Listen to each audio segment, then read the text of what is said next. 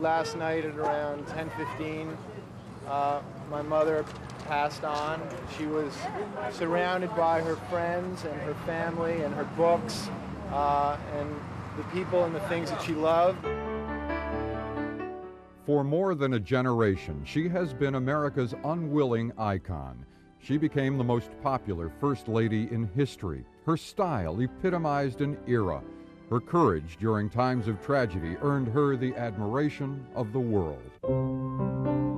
Born Jacqueline Bouvier 64 years ago, she grew up in a privileged family of status in New York.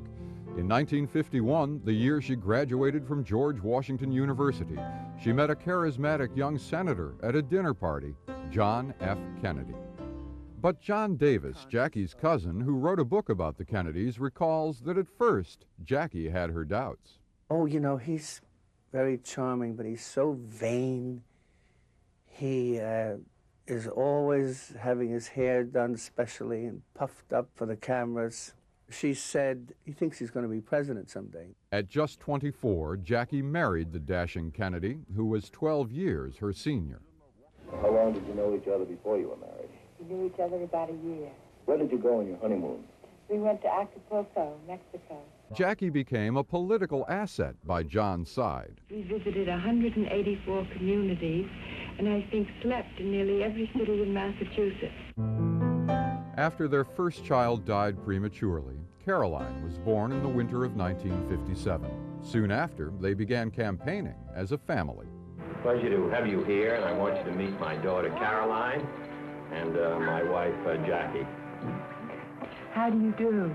I'm glad you had a chance to see something in the Senate. When he made a run for the presidency in 1960, Kennedy aides feared the public would find Jackie too pretty and too upscale. She proved them all wrong.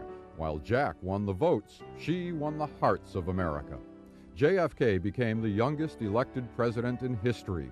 John Jr. was born within weeks. There hadn't been toddlers running around the corridors of the White House for some time. By the time the Kennedys celebrated their first White House Christmas, glamorous Jackie was already making her mark. She was a whole new, fresh breath of air.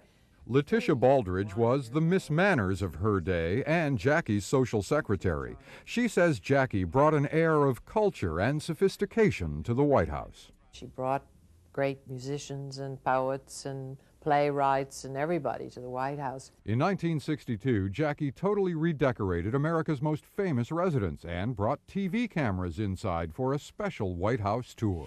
I feel so strongly that the White House should have as fine a collection of American pictures as possible.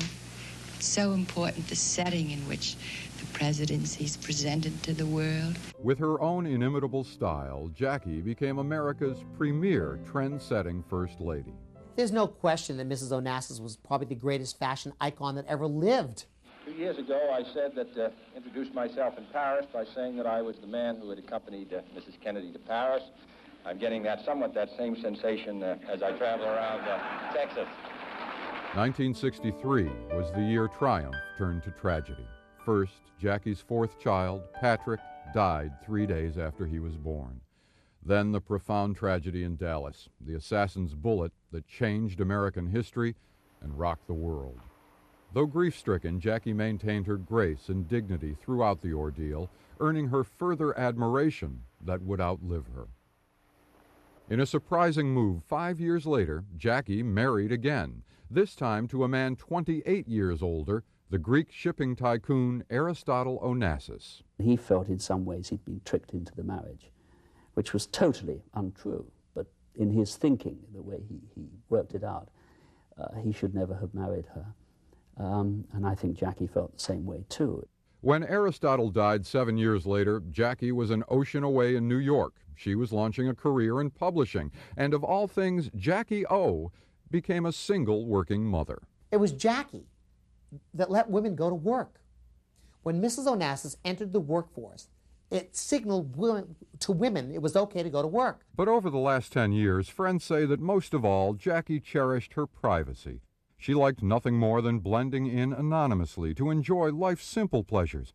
Her cancer had spread. The doctors said they could do no more. On Wednesday, she came home to die here at her residence on New York City's Fifth Avenue. Her children and family rallied to her side. It's a very difficult time for Jackie and for the family, and I think we all just wish her a great deal of love, and there was a great, very warm feeling of family and love that was in her room this morning. If there is one thing Jackie Kennedy Onassis has taught her family, friends, and the world, it's how to deal with the loss of a loved one. But no one was prepared for her sudden death last night. She did it in her own way and on her own terms, and we all feel lucky for that. And now she's in God's hands. Jackie Kennedy Onassis was a paradox, the most public but very private figure the world has known. She was the closest thing to a queen that America ever had. She's left us now, but her legend will outlive us all. There will never be another Jacqueline Kennedy Onassis.